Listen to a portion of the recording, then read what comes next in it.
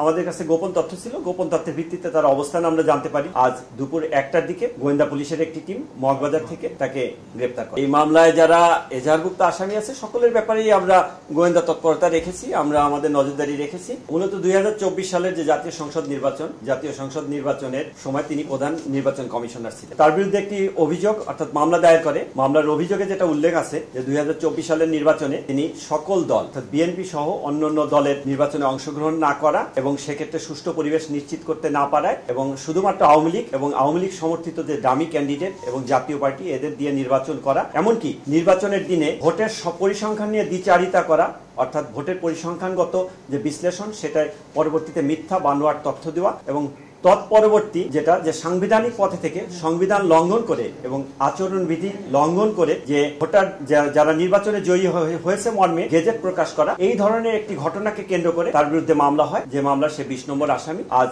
দুপুর 1টার দিকে গোয়েন্দা পুলিশের একটি টিম মগবাজার থেকে তাকে গ্রেপ্তার করে। এটি মূলত তার বাসা না, আমাদের কাছে গোপন তথ্য ছিল। গোপন তথ্যের ভিত্তিতে তার অবস্থান আমরা জানতে পারি যে মগবাজারে আছে। তৎপ্রেক্ষিতে আমরা সেখানে নজরদারি রাখি। নজরদারির এক পর্যায়ে আমরা যখন জানতে পারি তার অবস্থান সম্পর্কে নিশ্চিত হই, তখনই সেখান থেকে আমরা তাকে আমাদের হেফাজত।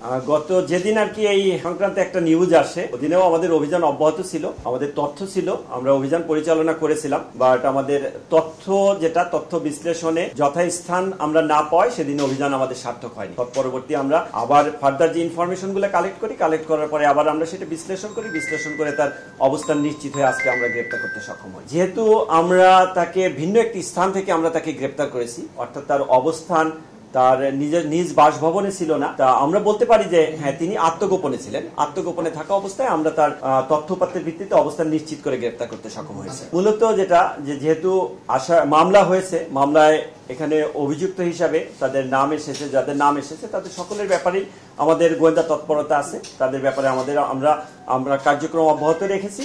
তাদের অবস্থান শনাক্ত করতে পারলে আইনানুগভাবে আমরা পদক্ষেপ গ্রহণ করব। প্রাথমিক অবস্থায় আমরা যেখান থেকে এনেছি, আমরা আনার ক্ষেত্রে আমরা মূলত যেটা দেখি, এখানে আমরা গোয়েন্দা পুলিশ যে কার্যক্রমটা করি নাম্বার ভিত্তিক, মোবাইল নাম্বারের উপর ভিত্তি করে আমরা মূল কাজটা করি। তা আমাদের মূল উদ্দেশ্য ছিল টার্গেটকে আইডেন্টিফাই করা এবং তাকে আমাদের হেফাজতে আনা। অবস্থানগত দিকটা আমাদের বিশ্লেষণে আসে।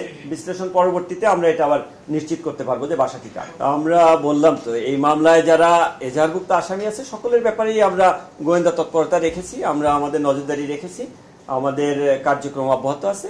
আমরা যদি আমাদের কাছে কোনো সুনির্দিষ্ট তথ্যপাত্র থাকে তাহলে আমরা প্রয়োজনীয় আইনানুগ যে ব্যবস্থা সেটা গ্রহণ করব। মামলা মূলত শেরেবাংলানগর থানায় তদন্তাধীন। এই তদন্তকারী কর্মকর্তা এ ব্যাপারে আসবে।